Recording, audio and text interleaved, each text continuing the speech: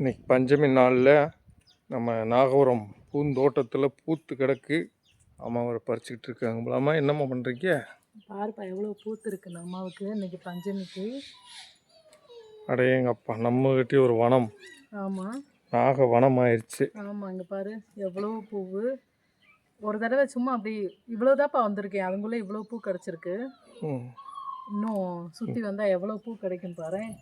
இன்னைக்கு நாகமாளுக்கு வராய்க்கும் கொட்டி விட்டுடலாம் போலே. ஆமாம், நிறைய ஒரு மாலையே கட்டிடலாம். பூச்சூடு பன்னீர் ரோஸம் அது. ஆமாப்பா, இதுதான் உண்மையான நம்ம நாட்டு ரோஸு. அதுக்கு பிறகு தான் ஊட்டி ரோஸு, அந்த ரோஸு, இந்த ரோஸு நிறையா கொண்டு வந்தாங்க.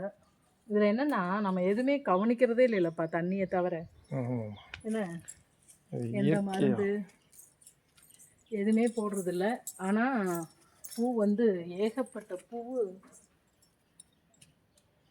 பூத்து குலுங்குது. இன்னும் அங்கிட்ட நிறைய இருக்குமா, பறிக்காம அது வந்துருக்கு. கொஞ்சம் மாறாமல் இருக்குது. சாயந்தரம் கூட பூச்சைக்கு பறிச்சுக்கலாம்ல. இன்னைக்கு என்ன நேரலை இருக்காமா? ஆமாப்பா, இன்னைக்கு பஞ்சமி. கண்டிப்பாக நேரலை 5 மணிலேருந்து 7 மணி வரைக்கும் நேரலை இருக்குது. நேரலையில் தான் கடிதம் எழுதணும்னு சொல்லியிருக்கீங்களாம்மா? அதாவதுப்பா, எப்பவும் போல் நம்ம பிள்ளைங்க தெரிஞ்ச பிள்ளைங்க முன்கூட்டியே எழுதினாலும் அதை நம்ம வந்து எழுதி பானையில் போட்டுக்கலாம். மற்ற தெரியாதவங்க நேரலையில் வந்து வேண்டுதல் கடிதத்தை பற்றி பேசும்போது அவங்க வந்து கேட்குறாங்கல்ல, அதனால் அவங்களுக்கு இது ஒரு வாய்ப்பாக இருக்கும்ல. அப்பயே எழுதுனாங்கன்னா அப்படியே நம்ம எழுதி பானையில் போட்டுட்டு குலுக்கி நேரடியாக அம்மாக்கிட்டே வச்சு அப்படியே பரிசு யாருக்கு 3 பேருக்கு விழுகுதோ அவங்களுக்கு கொடுத்துர்லாம்ல. அதுக்காகத்தான் நான் கடிதம் வாசிக்கலன்னு நிறைய பேருக்கு கோபம். ஆமாம், அது ஏன்னா இந்த மாதிரி புதுசாக ஒருத்தர் வந்து விவரம் தெரியாமல் பண்ணுறாங்க இல்லையா, அதுக்காகத்தான் அதை வாசிக்காமல் இருந்த. சிலர் வாசிக்க சொல்கிறாங்க, சிலர் வாசிக்க வேணான்றாங்க அதுக்காக.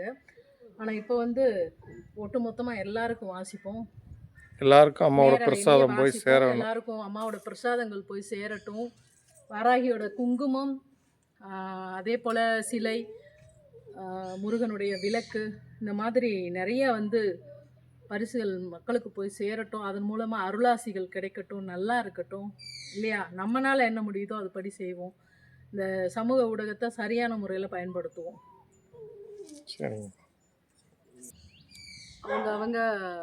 அவங்களுடைய அன்பினால் காணிக்கை செலுத்தி வேண்டுதல் கடிதம் எழுதும்போது அவங்களுக்காக அம்மாவோட அருளும் நம்ம கொடுக்குற ஆன்மீக சம்மந்தப்பட்ட பிரசாதங்களும் மிகப்பெரிய வாய்ப்பை வரத்தை அவங்களுக்கு நல்ல ஒரு மகிழ்ச்சியை கொடுக்குமாப்பா.